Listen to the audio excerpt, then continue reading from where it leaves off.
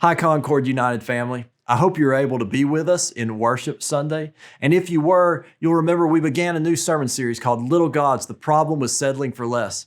And we talked about the problem when we let success and our definition of success become a little God in our life. You might have had the experience of you have this idea of what success is and you work so hard to get it, and then you get there and you wonder why it doesn't satisfy you more, why it's not more fulfilling. And it's probably because it was your definition of success, your dream of success, not God's dream for you necessarily. In our scriptures on Sunday, we talked about where Jesus says, what will it profit you if you gain the whole world but lose your soul? And right before that, Jesus says, take up your cross and follow me. But we probably didn't get to discuss in adequate detail what comes before that yesterday. And that's where Jesus teaches that to fulfill God's dream for the world, Jesus is going to have to suffer and die. And he tells his disciples that. Now, Peter just can't handle it. Peter has a different vision of what success for Jesus is other than God's dream. And so Peter says, Lord, forbid it. That should never happen. That's impossible. And what does Jesus say to Peter? He says, get behind me, Satan, right? Because Peter is talking about his own vision, no longer God's dream. Peter's going against God's ways.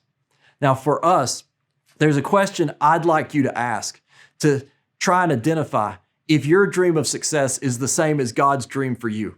I want you just to think in your head, what's your vision of success?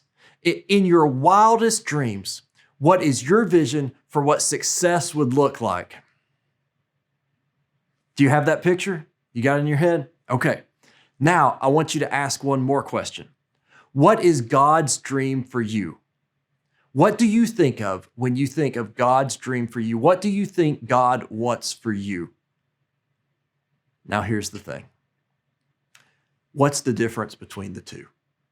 What's the difference between your idea of success and God's dream for you? And I would suggest to you that that difference is the extent to which you may have allowed success to become a little God in your life and take things from you that you would never want to give it because it won't give back what you really want.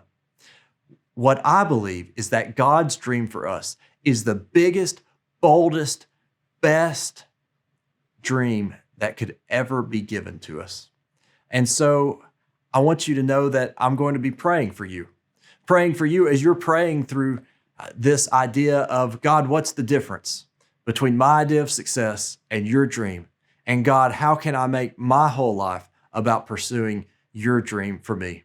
I'm so glad we've been able to spend this time together, and I hope to see you soon. God bless you.